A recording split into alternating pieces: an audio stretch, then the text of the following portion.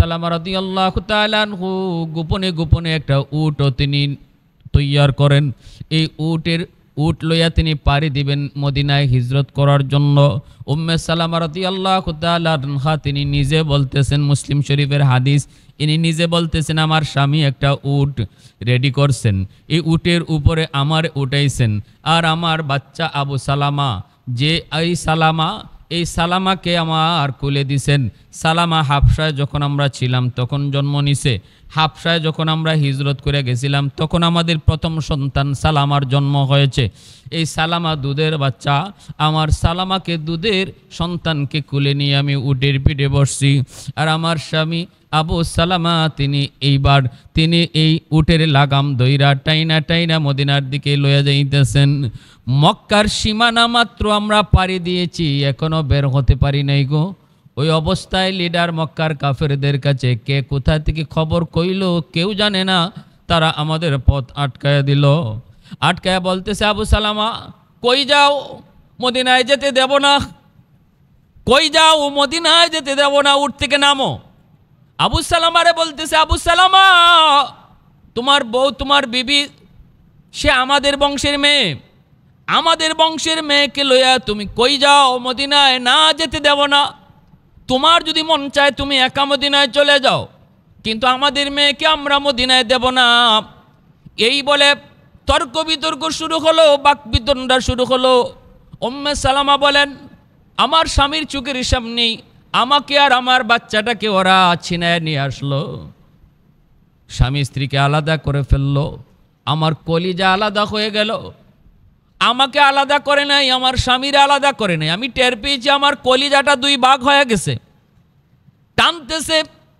এই অবস্থায় আমার স্বামী চোখের দিকে তাকায়া চোখের পানি ফেলায় বলতেছে, বিবি গো তোমার প্রতি আমার দরদ, তোমার প্রতি আমার ভালোবাসা, পৃথিবীতে জানি না এমন কোনো স্বামীর অন্তরে এত ভালোবাসা স্ত্রীর প্রতি আছে কিনা, তবে এরপরও স্ত্রী তুমি ভালো করে মনে রেখো, তোমার ভালোবাসার চেয়েও আমার রসুল এবং আল্লাহর প্রতি ভালোবাসা 1000 গুণ বেশি। ওগো বিবি আমি মদিনায় চলে যাচ্ছি, আল্লাহ যদি কোনোদিন আল্লাহ পাকের মর্জি হয় কোনোদিন আমাদের সাক্ষাৎ হবে, কারণ আমার দিলের ভিতরে আল্লাহ এবং রসুলের ভালোবাসা তোমার চেয়ে অনেক গুণ বেশি। এই বইলা আবু সালামা তিনি মদিনার দিকে একা রওনা দিয়েছেন, চোখের পানিটা মুইসা মুইসা রওনা দেয়। দুধের সন্তান সালামার দিকে তাকায়া বাবা কান্দে। পৃথিবীতে এমন কোনো বাবা নাই, দুধের সন্তান যখন হাতছাড়া হয়, চোখের সামনে সন্তান যখন কেউ ছিনায় নেয়, এমন কোনো কঠিন হৃদয়ের বাবা নাই যার চোখ দিয়ে পানি আসবে না। আবু সালামা মদিনার দিকে যায়, চোখের পানি মুছে আর বলতেছে, মালিক এত বড় কুরবানি, এত বড় কুরবানি, এত বড় জুলুম, আমাকে তুমি ধৈর্য ধরার মতো তৌফিক দাও। জোরে কও না সুবহানাল্লাহ। আল্লাহ তুমি আমাকে সবর করার ধৈর্য ধরার তৌফিক দাও। এই বইলা চলে গেলেন উম্মে সালামা রাদিয়াল্লাহু তাআলা আনহা, সন্তানকে দুধের সন্তানকে কোলে নিয়া তিনি যখন এই গোত্রের মানুষগুলার হাতে বন্দী হয়ে তিনি মক্কায় ফিরে আসতেছেন, তখন এই দুধের সন্তানটাকে ছিনায় নেওয়ার জন্য আবু সালামা অর্থাৎ আমার স্বামীর বংশের মানুষেরা এসে হাজির হয়েছে। স্বামীর বংশের মানুষেরা কয়, তোমরা তোমাদের মেয়েকে নিয়ে যাও, কিন্তু ছেলে তোমাদের না, সালামা তোমাদের না, সালামা আমাদের, কালা সালামার রক্ত আমাদের রক্ত, সালামাকে আমাদের কাছে দাও। এই বইলে আমার দুধের বাচ্চাটারে আমার স্বামীর বংশের মানুষেরা ছিনায় নিল। আমি মার কাছ থেকে আমার দুধের সন্তানটাকে ওরা ছিনায় নেয়। স্বামীকে একদিকে বিদায় দিতে হয়, আর একদিকে দুধের সন্তানটাকে ওরা কেড়ে নিয়ে যায়। এখন আমি এক জায়গায়, আমার দুধের সন্তান আরেক জায়গায়, আমার স্বামী মদিনায়, তিনজন তিন জায়গায়। আমি একজন মেয়ে মানুষ, কতটুকুই বা ধৈর্য আমার, কতটুকুই বা ধৈর্য। কান্না করে করে দিন যায়, কান্না করে করে রাত যায়। শুধু আল্লাহর দরবারে এই দোয়াটাই পড়ি, আল্লাহুম্মা আজুরনি ফি মুসিবাতি ওয়াখলুফ লি খায়রাম মিনহা, আল্লাহুম্মা আজুরনি ফি মুসিবাতি ওয়াখলুফ লি খায়রাম মিনহা। নামাজ পড়ে পড়ে চোখের পানিতে যায়, নামাজ ভিজায় ভিজায় শুধু কান্দি, আল্লাহ আমার দুধের সন্তান সালামা। উম্মে সালামা কয় আমি মনরে বুঝাইতে পারি না, ফজরের নামাজটা পইরা বেদিন রে বেঈমানরা কাফেররা সবাই ঘুমে, আমি তো আল্লাহর দরবারে কান্দি। আর ওই ফজরের নামাজ পইরা একা একাই ঘর থেকে বের হইয়া সেই জায়গা নাম হলো আবতাহ, যেই জায়গায় আমরা স্বামী স্ত্রী বিচ্ছিন্ন হয়েছিলাম, সন্তানও বিচ্ছিন্ন হয়েছিল, সেই জায়গাটার নাম হলো আবতাহ।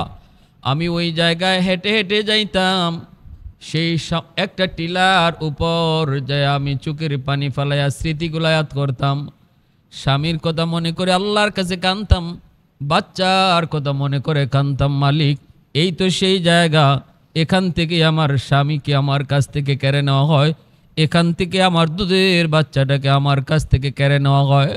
আমি ওখানে যায় যায় কাঁদতাম, আবু সালামার কথা ইয়াদ কইরা আর আমার সালামার কথা ইয়াদ কইরা। এইভাবে অনেক দিন চলে গেল, প্রায় 1 বৎসর। একটা বৎসর আমি একজন মা, সন্তান সারা, স্বামী সারা, এইভাবেই বন্দি অবস্থায় চোখের পানি পড়ে, চিন্তা করে করে শুকায়া কঙ্কালের মতো ওই অবস্থায় মারা যাওয়ার অবস্থা।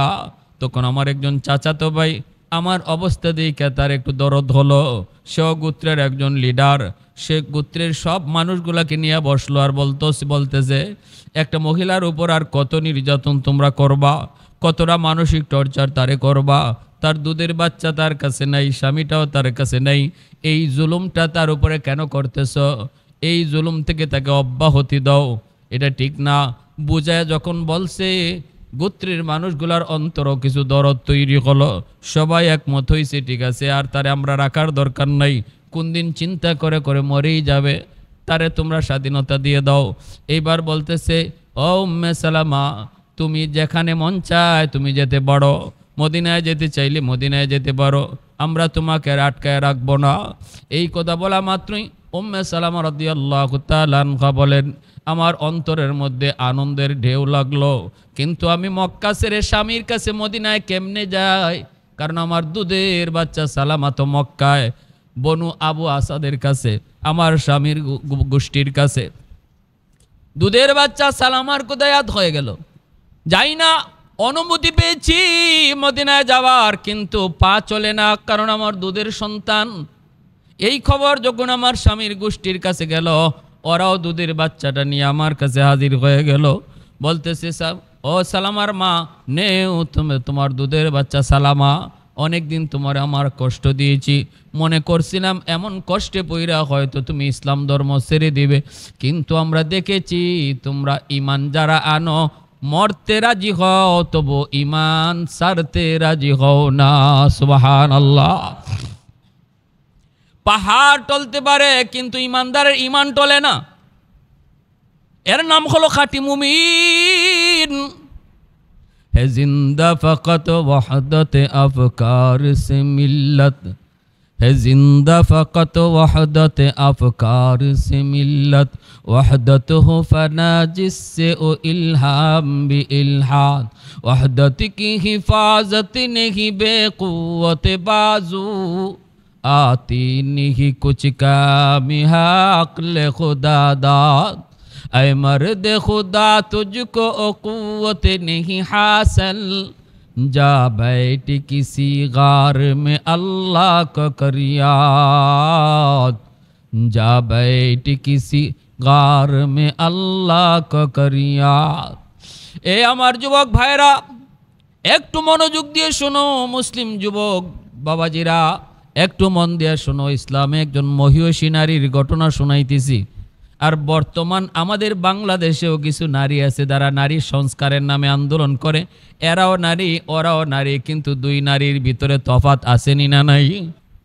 এই দুইজন স্বামী স্ত্রী এত মহব্বত তাদের ভিতরে স্বামী স্ত্রীর ভিতরে ছিল, হাদিসের কিতাবে লিখেন দিল ভরা মহব্বত, একটা সুখের সংসার, শান্তির সংসার, আনন্দের সংসার ছিল, বুক ভরা ভালোবাসা ছিল স্বামীর অন্তরে, স্ত্রীর অন্তরেও বুক ভরা ভালোবাসা ছিল, দুজনের অন্তরেই বুক ভরা ভালোবাসা ছিল, সুন্দরে তাদের সংসার চলছে। আল্লাহ রসুল প্রাথমিক অবস্থায় তখন মক্কার কালেমার দাওয়াত দিতেছেন, অল্প অল্প করে নবীজি কালেমার দাওয়াত দেন। লুকায়া লুকায়া মক্কায় কালেমার দাওয়াত, প্রাথমিক অবস্থায় কালেমার দাওয়াত কিন্তু প্রকাশ্যে নবী দিতে পারেন নাই, কারণ চতুর্দিকে দুশমন, কেউ দাওয়াতের কাজে সহযোগিতা করে না। নবীজির আপন গোত্রের লোকগুলা নবীর বিরোধিতা করলো, আবু জাহেল বিরোধিতা করলো, আবু লাহাব বিরোধিতা করলো, সবাই নবীর বিরোধিতা করে নবীজি গোপনে গোপনে কালেমার দাওয়াত দেন, আর গোপনে গোপনে অল্প অল্প করে কয়েকজন করে সাহাবী হন, ইমান আনেন, কালেমা পড়েন। এইদিকে আবু সালামা আর উম্মে সালামা, সালামার মা সালামার বাবা, দুজন গোপনে গোপনে কালেমা পড়ে তারা মুসলমান হয়েছেন। কিন্তু ইসলাম এমন এক ধর্ম, কালেমা এমন এক কালেমা, ইমান এমন এক ইমান যেটা গোপন রাখা যায় না। চেষ্টা করলো ইমান গোপন রাখা যায় না, কারণ ইমানের পাওয়ার সূর্যের পাওয়ারের চেয়ে অনেক বেশি। পূর্ব দিগন্তে যদি সূর্য ওঠে, এই সূর্যের আলোকে যেমন কখনো আটকায় রাখা যায় না, পৃথিবীর কোনো শক্তি নেই এই সূর্যের আলোকে আটকায় রাখতে পারে, লুকায় রাখতে পারে। ঠিক তেমনি যার দিলের ভিতরে ইমান ঢুকে যায়, তার ইমানটারও লুকায় রাখা যায় না, আটকায় রাখা যায় না। উম্মে সালামা, আবু সালামা, তারা দুজন কালেমা পড়ে মুসলমান হলেন। খবর চলে গেল, প্রকাশ পেয়ে গেল, শুরু হয়ে গেল মানসিক টর্চার। নিজের গোত্রের লোকরাই বিরোধিতা করতে লাগলো, এ আবু সালামা, কেন তুমি কালেমা পড়ে মুসলমান হয়েছো? উম্মে সালামা তার গোত্রের লোকরা কয়, কি গো মা, তুই কেন মুসলমান হলি? মানসিক টর্চার তাদের উপর শুরু হয়ে গেল। ইসলাম ধর্ম ছেড়ে দে, আমাদের ধর্ম আবার গ্রহণ করো। কিন্তু দুজন বলতেছে, না, জীবন যেতে পারে তবু ইমান ছাড়তে পারবো না। কারণ ইমান এমন এক দৌলত, পৃথিবীর কোনো মানুষ যদি কিছুই না পায় কিন্তু দৌলতে ইমান পায়, সে দুনিয়ার সব পায়া যায়। যেরকম সুবহানাল্লাহ। আরেকজন মানুষ যদি পৃথিবীর সব পেয়ে যায়, তামাম দুনিয়ার মালিক হয়ে যায়, কিন্তু ইমান না পায়, সে কিছুই পায় নাই, সে বিফল, সে ব্যর্থ। এজন্য তারা বলতেছে অসম্ভব, যেই কালেমার সন্ধান পেয়েছি ওই কালেমা ছাড়তে পারবো না। শুরু হয়ে গেল তাদের উপর নির্যাতন। ইসলামের প্রাথমিক যুগে যারা ঈমান আনছে তাদের উপরে নির্যাতন হয়েছে। আবু বকরের উপর নির্যাতন, বেলাল হাবশির উপর নির্যাতন, কেউ নির্যাতন থেকে বাঁচতে পারে নাই। উম্মে সালামা, আবু সালামা, দুজন স্বামী স্ত্রীর দিলভরা মহব্বত, ইসলামের প্রতি দরদ, নবীর প্রতি দরদ, তাদের অন্তর জুড়ে তারা কিন্তু ইসলাম ছাড়তে রাজি হয় না। আবু সালামা নবীর দরবারে যায়, আল্লাহ নবীর কথাগুলি শোনেন। একদিন নবীর কাছ থেকে আসলেন, বিবি কাছে যায় যখন বসলেন, দেখতেছেন স্বামীর চেহারাটা অনেক আনন্দিত, অনেক হাস্যোজ্জ্বল। বলতেছেন, স্বামী গো, আজকে এত আনন্দিত কেন মনে হচ্ছে আপনাকে?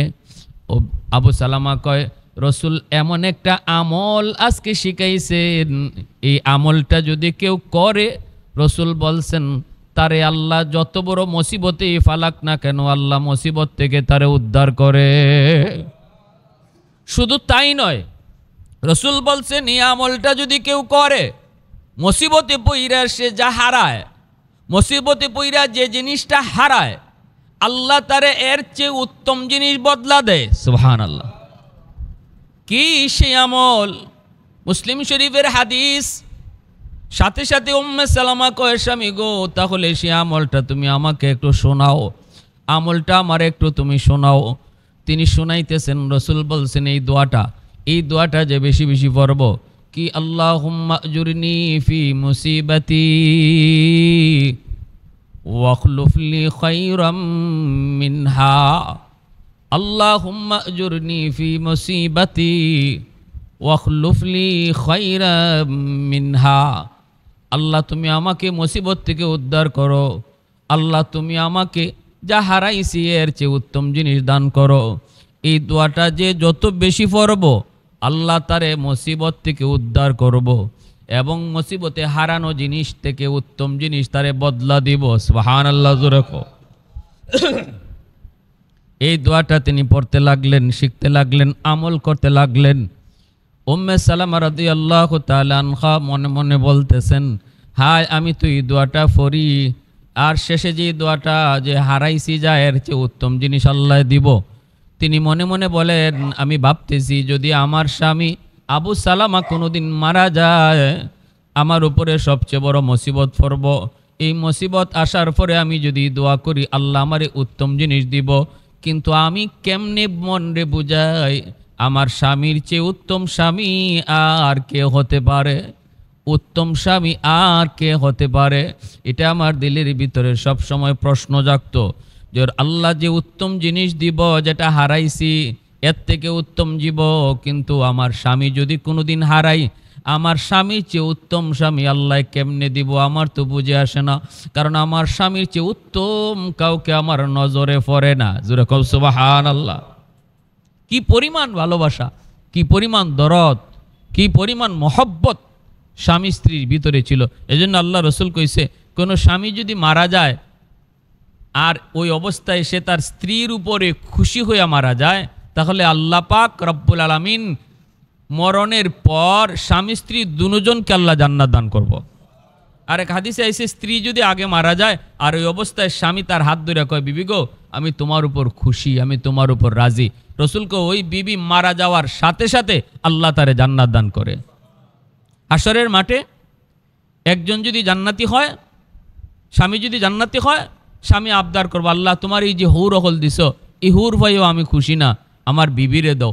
তখন আল্লাহ রাব্বুল আলামিন, বিবি যদি জান্নাতি নাও হয়ে থাকে, আমল যদি কম হয়, স্বামী যদি জান্নাতে যায়, তাহলে স্বামীর সুপারিশে আল্লাহ বিবিরে জাহান্নাম থেকে উঠাইয়া আন্যা হুরদের মধ্যে সর্দার বানাইয়া, সমস্ত হুর থেকে তারে বেশি সুন্দর বানাইয়া আল্লাহ তারে তার জান্নাতের সঙ্গী বানাইয়া দেয়। এজন্য তারা স্বামী স্ত্রী দুজনে কইসলা, একজনে একজনটা কইতেছেন, উম্মে সালামা নিজেই কইতেছেন, বিবি স্বামী গো আমি তো শুনছি যে জান্নাতে যদি স্বামী যায় তাহলে স্ত্রীরেও সাথে রাখবো, স্ত্রী যদি আগে যায় স্ত্রীও স্বামীরে চাইব, যদি দুজনের ভিতরে মহব্বত থাকে, ভালোবাসা থাকে, আমি তো তোমারে দিল বইরা ভালোবাসি, তাহলে আসো একটা কথা কই, জান্নাতে তুমি যদি আগে যাও তাহলে আমারে তুমি নিবাইনি? বলে হ তোমারে নিমো। আর তুমি যদি আগে যাও আমারে নিবাইনি? ইনি কয় আমিও নিমো। কয় তাহলে আসো আমরা একটা ওয়াদাবদ্ধ হই, আমরা আর কেউ দ্বিতীয় বিয়া বইতাম না। আর একবার যদি বিয়া বই যায়, আমি কথা দিলাম স্বামী তুমি মারা যাওয়ার পরে আমি আর কারো কাছে বিয়া বইতাম না, যাতে আমার আল্লাহর কাছে এই কথা কন না লাগে যে আমার হিসাম ইসাই আমার স্বামী একজনই হইতো। আর আমি যদি মারা যাই আপনি ওয়াদা করুন আপনি আর কাউরে বিয়া করতা না। এখন এইভাবে যখন দুজনে স্বামী স্ত্রী দুজনে ওয়াদাবদ্ধ হইতে চাইন, তখনই আবু সালামা রাদিয়াল্লাহু তাআলা নীরব হয়ে গেলাগা। নীরব হয়ে কইতেছেন, বিবি তোমার কথা ঠিক, সুন্দর কথা কইছো, তাহলে আমি একটা কথা কই, তুমি আমার কথা মানবাইনি? কয় আমি কোন কথা আপনার মানছি না জীবনে, কোন কথা মানছি না? আপনার কথা মানার মাঝেই তো আমি শান্তি পাই। কই না আপনি কিতা কইবা? আবু সালামা রাদিয়াল্লাহু তাআলা আনহু তখন বলতেছে, বিবি আমি কথা দিলাম তুমি যদি মারা যাও আমি আর কাউকে বিয়ে করব না, কিন্তু আমার কথা তোমার মানতে হবে। কয় কোন কথা? কয় কথা হলো আমি যদি তোমার আগে মারা যাই তাহলে তুমি আর একটা বিয়া বইবাই, আর আমার বিশ্বাস আমার চেয়ে উত্তম স্বামী আল্লাহ তোমাকে দান করব। সুবহানাল্লাহ জোরে কও। ওই যে আগে কথা দিলাইছেন যে আমার কথা মানবাই নি, কও ওয়াদা করো, বলনি কিছু ওয়াদা করছেন। তখন উম্মে সালামা নীরব হয়ে গেছেন, আর কথা কইতে পারছেন না। কিন্তু উম্মে সালামা রাদিয়াল্লাহু তাআলা আনহা ইনি কইন, আমার স্বামীর সাথে আমি কথা কইছি যে কিন্তু আমার তো বুঝে পড়ে না যে আমার স্বামী আবু সালামা কোনোদিন যদি মারা যান তাহলে উনার থেকে উত্তম স্বামী আল্লাহ কারে দিবা, আমার তো বুঝে পড়ে না। এই বুঝটা হইছে আল্লাহ কেমনে কবুল করছেন দোয়া এবং উত্তম স্বামী কারে দিছেন এটা শুনুন আপনারা। ভাইরা বন্ধুরা, শুরু হলো মক্কায় নির্যাতন, জুলুম, চরম আকারে জুলুম। আল্লাহর নবী, রহমতের নবী, সাহাবায়ে কেরামদেরকে জুলুম থেকে বাঁচার জন্য নবীজি বলছেন তোমরা হাবশায় হিজরত করো, মক্কায় থাকা সম্ভব না, হাবশায় তোমরা হিজরত করো। সাহাবীরা হাবশায় হিজরত করলেন, তারা স্বামী স্ত্রী দুজন হাবশায় চলে গেলেন।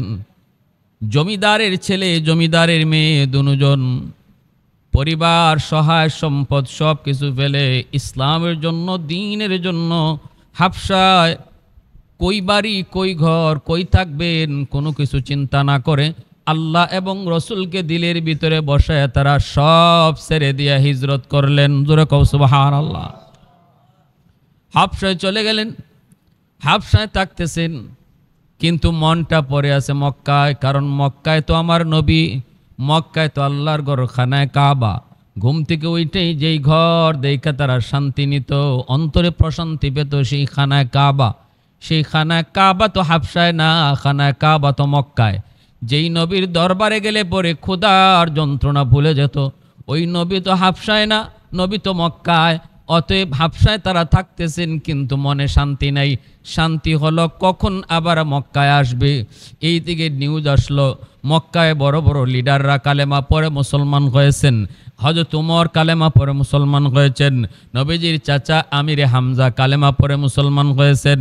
ইসলামের শক্তি দিন দিন বাড়তেছে। এই খবর হাবশায় চলে গেল। এই খবরও পৌঁছলো যে এখন আর আগের মতো নির্যাতন তারা পারে না, কারণ বড় বড় শক্তিশালী লিডাররা তারা কালেমা পড়ে মুসলমান হয়েছে। এই খবরটা তাদের কানে পৌঁছা মাত্র তারা মক্কায় আবার ফিরে আসলেন। ভাবলেন যে আগের মতো আর মারধর নাই, আগের মতো নির্যাতন নাই। কিন্তু আসার পরে দেখেন না, নির্যাতন আগের চেয়ে আরও বেশি এরা বাড়াইছে। কারণ এরা দেখতেছে যেইভাবে মানুষ মুসলমান হইতেছে, এইভাবে যদি মুসলমান হওয়া শুরু থাকে, এইভাবেই যদি থাকে, চলমান থাকে, তাহলে এক সময় মক্কায় আর কোনো ধর্ম থাকতো না, শুধু ইসলাম ধর্ম থাকবো। এজন্য মক্কার কাফিররা তারা নির্যাতন আরো বাড়ায়া দিছে। আল্লাহর নবীর চোখের সামনে নির্যাতন। নবীজি এইবার আবার সাহাবীদেরকে আদেশ করলেন, তোমরা মদিনায় হিজরত করো, মদিনায় চলে যাও। মক্কায় থাকার কোনো পরিবেশ নাই, মক্কায় থাকার কোনো পরিবেশ নাই।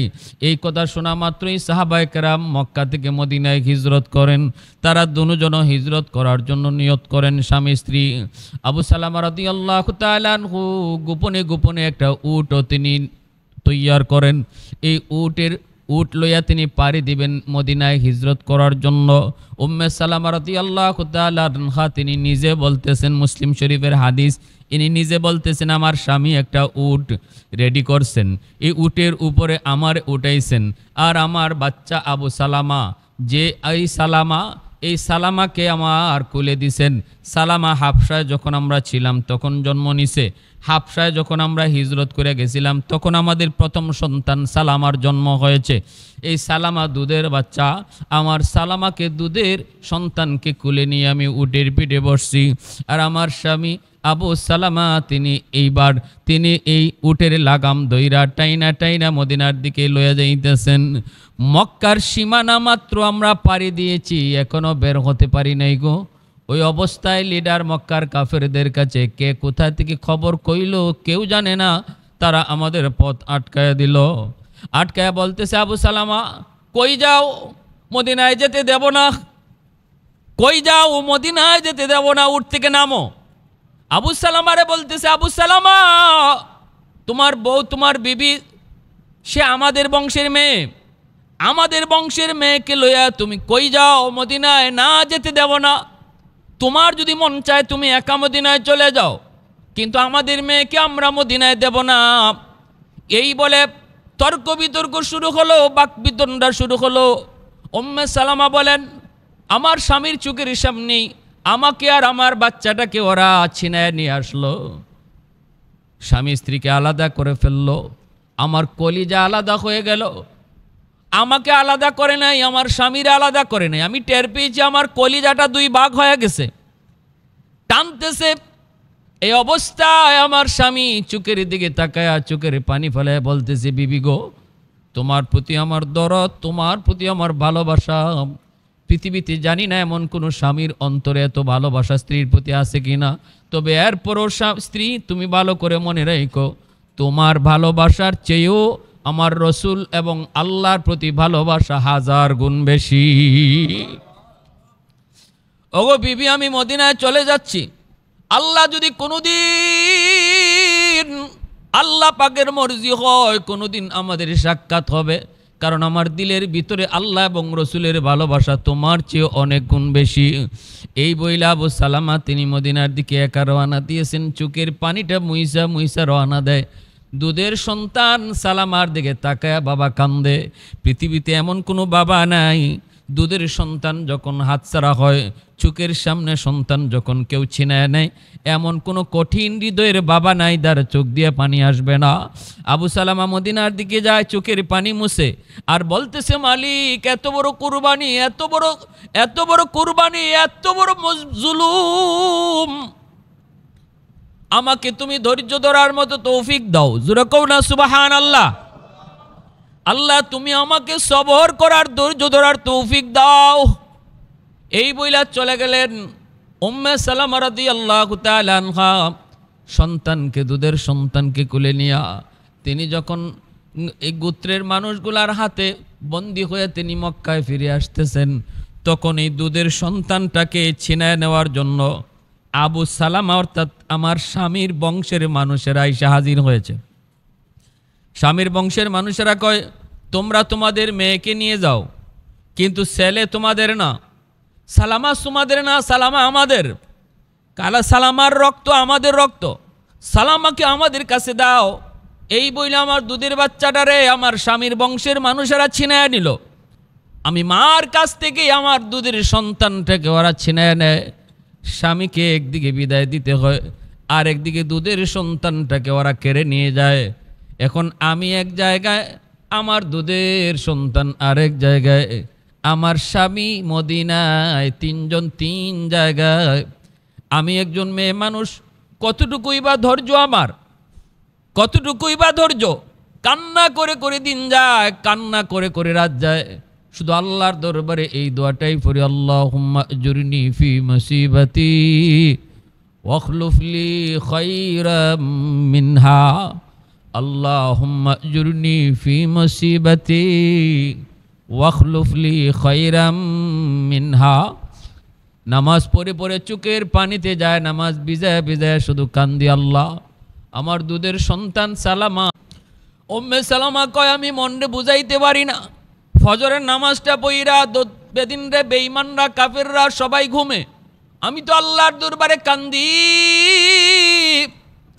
আর ওই ফজরের নামাজ পইরা একা একাই ঘর থেকে বের হইয়া সেই জায়গা নাম হলো আবতাহ, যেই জায়গায় আমরা স্বামী স্ত্রী বিচ্ছিন্ন হয়েছিলাম, সন্তানও বিচ্ছিন্ন হয়েছিল, সেই জায়গাটার নাম হলো আবতাহ।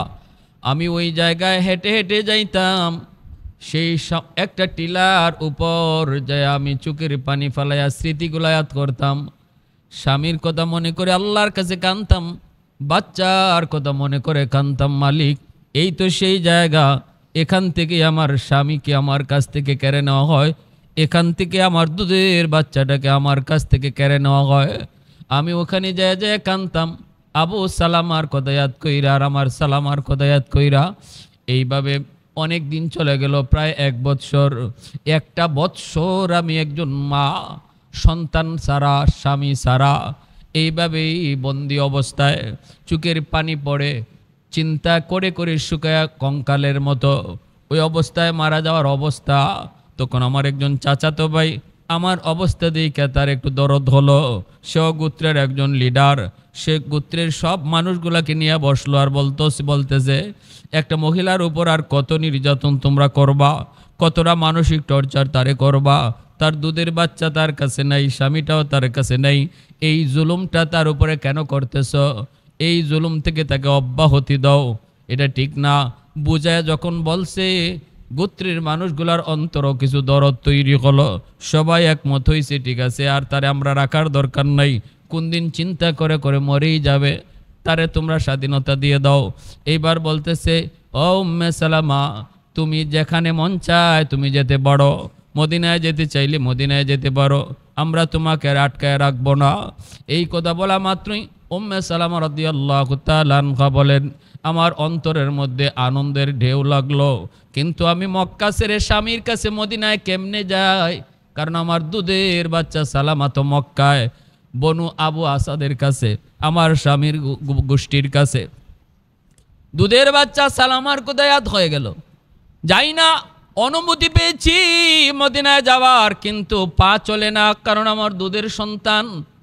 এই খবর যখন আমার স্বামীর গোষ্ঠীর কাছে গেল, ওরাও দুধের বাচ্চাটা নিয়ে আমার কাছে হাজির হয়ে গেল, বলতেছে ও সালামার মা, নেও তুমি তোমার দুধের বাচ্চা সালামা, অনেক দিন তোমার আমার কষ্ট দিয়েছি, মনে করছিলাম এমন কষ্টে পইরা হয়তো তুমি ইসলাম ধর্ম ছেড়ে দিবে, কিন্তু আমরা দেখেছি তোমরা ইমান যারা আনো মরতে রাজি হও, তবু ইমান ছাড়তে রাজি হও না। সুবহানাল্লাহ। পাহাড় টলতে পারে কিন্তু ইমানদারের ইমান টলে না। এর নাম হলো খাঁটি মুমিন।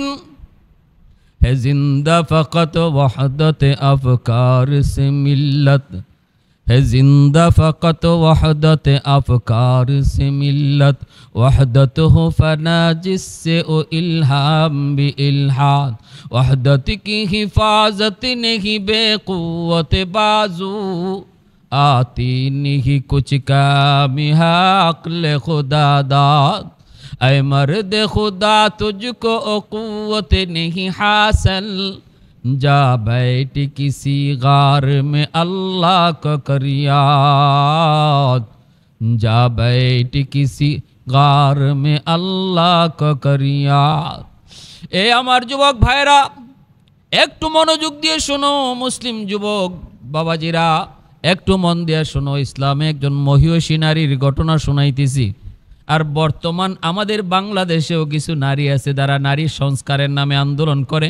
এরাও নারী ওরাও নারী, কিন্তু দুই নারীর ভিতরে তফাৎ আসেনি না নাই?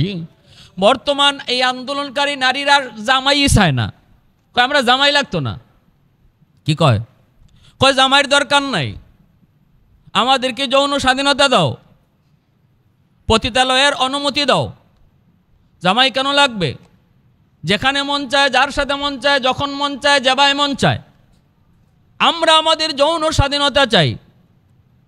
এটার নাম নারীর ইজ্জত না, এর অর্থ হলো বেহায়াপনা, অশ্লীলতা, মুসলিম সমাজের পারিবারিক প্রথা ধ্বংস করে দেওয়া। যদি এই আইন অনুমোদিত হয়, নারীরা অবাধ স্বাধীনতা পায়, যৌন স্বাধীনতা, তাহলে বিয়ের প্রথা আর থাকবে না, সংসার টিকবে না, পরিবার আর হবে না।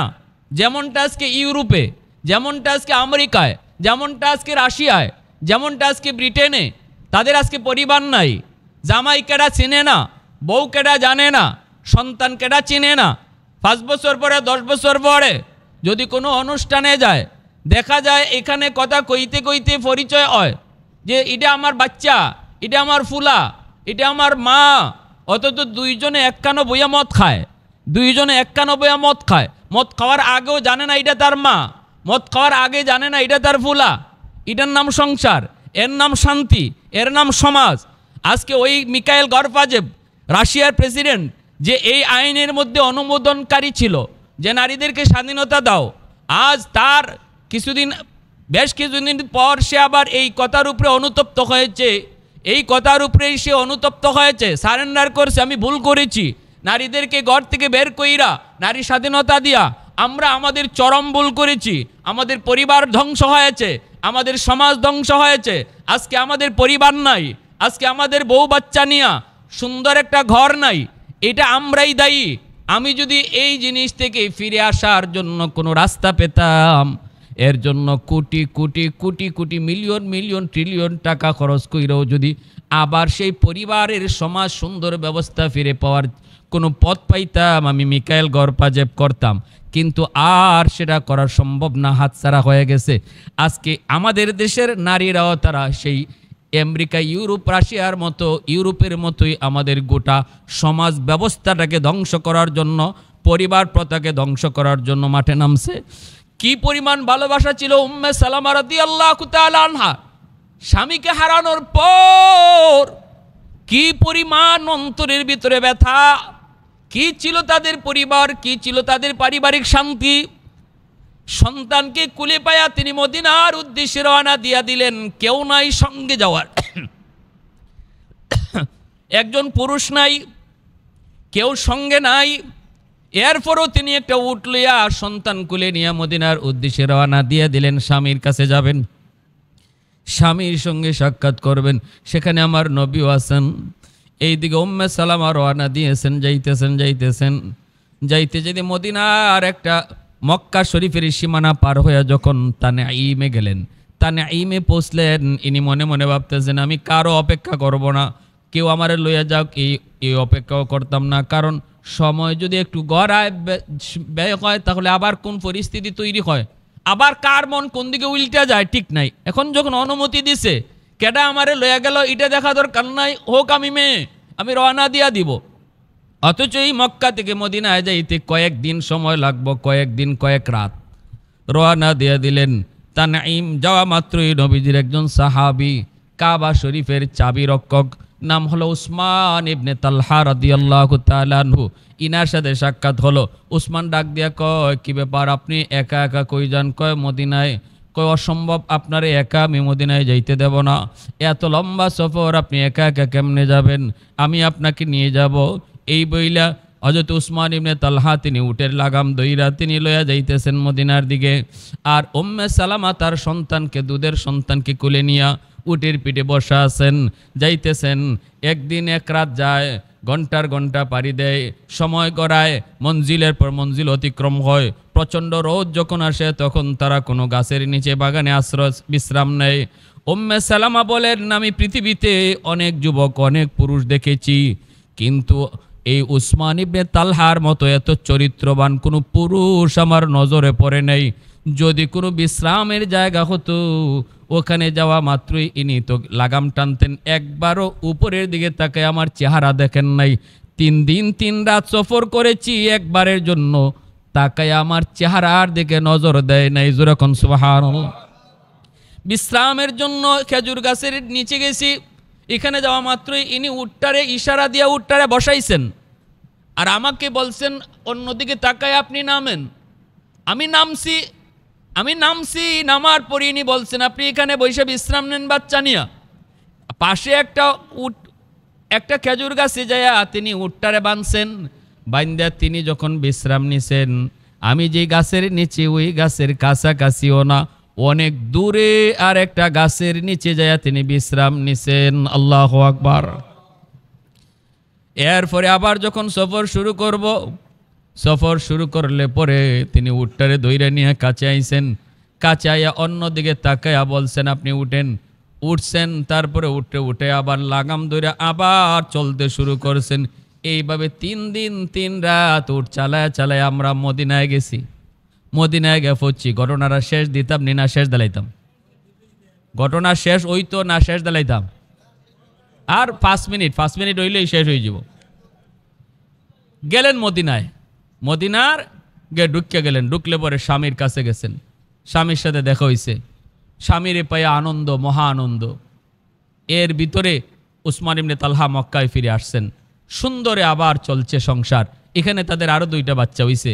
বদরের যুদ্ধ, এই যুদ্ধে রসুলের সাথে তিনি অংশগ্রহণ করছেন, বীর বিক্রমে যুদ্ধ করছেন। উহুদের যুদ্ধেও তিনি অংশগ্রহণ করছেন। যুদ্ধ করে উহুদের যুদ্ধে তিনি আহত হইছেন, কঠিনভাবে আহত হইছেন। এই আহত থেকেই তার আর সুস্থতা ফিরে আসে নাই।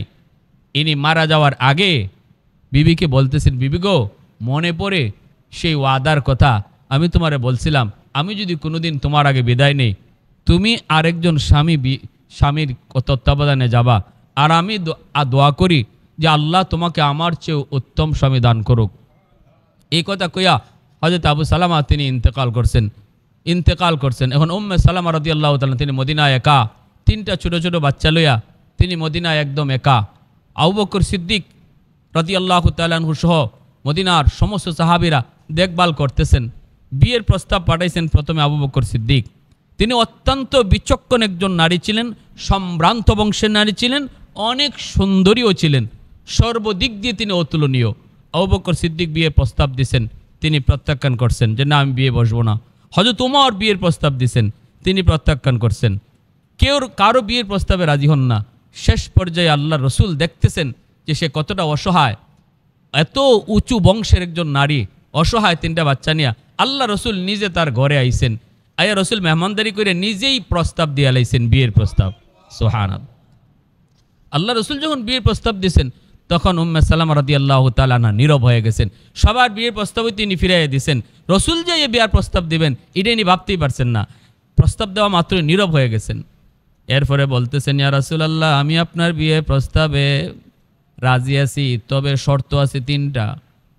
নবী গো কেমনে আমি রাজি হই, আমি সংকোচ বোধ করি। আমার কাছে 3টা শর্ত, জানি না আপনি পারবেন কিনা, জানি না এই 3টা শর্ত বলা ঠিক হইব কিনা। রসুল কয় কও। উনি কইতেছে 1 নাম্বার হলো আপনার আরও কয়েকজন বিবি আছে, আর আমি এমন একটা বংশের মেয়ে, আমার আত্মমর্যাদা একটু বেশি, আমার ভিতরে একটু ঈর্ষা বেশি, কারণ বংশের যে একটা গরিমা এটা আমার অন্তরে আছে। অতএব আমার মন বলে আপনার গড়ে আপনার বিবি হয়ে যাওয়ার পর যদি আমার কখনো সেই গরিমাটা প্রকাশ পেয়ে যায়, ইচ্ছা বা অনিচ্ছায়, এতে আপনার অন্তরে যদি কষ্ট লাগে, তাহলে আল্লাহর দরবারে আমি কিয়ামতের ময়দানে ধরা। 2 নম্বর আরেকটা, আমি বয়স হয়ে গেছে গো নবী, আমার বয়স হয়ে গেছে। 3 নম্বর হলো আমার 3টা বাচ্চা আছে। রসুল বলেন, উম্মে সালামা শোনো, তোমার প্রথম যে কথাটা তুমি বলছো, তোমার অন্তরের এই রোগটা যেন আল্লাহ দূর করে দেয়, আমি নবী আল্লাহর কাছে দোয়া করব। 2 নম্বর, তোমার বয়স হয়ে গেছে, এটাও সাবজেক্ট না, আমারও তো বয়স হয়ে গেছে। তোমার বয়স 37 আর আমি নবীর বয়স 57, অতএব বয়স এটা কোনো বিষয় না। 3 নম্বর, তোমার বাচ্চা আর তোমার না, তোমার বাচ্চা তো আমারই বাচ্চা। আল্লাহু আকবার, জোরে কও। এই 3টা শর্ত রসুল যখন এইভাবে সুন্দর করে বুঝাইয়া দিলেন, তখন আম্মাজান রাজি হয়ে গেছেন। রসুলের সঙ্গে বিয়ে হয়েছে। আম্মাজান বিয়ে হওয়ার পর রসুলের কাছ থেকে অসংখ্য হাদিস তিনি বর্ণনা করছেন, নবীজির উপদেষ্টা হইছেন। রসুলের 11 জন বিবির মধ্যে ইনি সবচেয়ে বেশি হায়াত পাইছেন, সবচেয়ে বেশি হায়াত। এবং রসুলের বিবিদের মধ্যে সবার পরে ওনার ইন্তেকাল হয়েছে, সবার পরে ওনার ইন্তেকাল হয়েছে। ইনি লম্বা হায়াত পাইছেন। আল্লাহ রসুল সাল্লাল্লাহু আলাইহি ওয়াসাল্লামের সাথে সংসার করে গেছেন, জীবন কাটায় গেছেন। তখন উনি বলছেন যে ওই যে আল্লাহ রসুল দোয়া শিখাইছিলা, আল্লাহুম্মা আজুরনি ফি মুসিবাতি ওয়াখলুফলি খাইরাম মিনহা। মুসিবতে পড়লে যদি এই দোয়া কেউ করে, তাহলে আল্লাহ তারে মুসিবতে পড়া অবস্থায় যে জিনিস হারায়, এটার থেকে উত্তম জিনিস দেয়। এই দোয়া কেমনে আল্লাহ কবুল করছে? আমার স্বামী আবু সালামার থেকেও উত্তম স্বামী আমার রসুলকে আল্লাহ আমারে দান করছে। সুবহানাল্লাহ। এজন্য আমরা ওই দোয়া বেশি বেশি পড়তাম।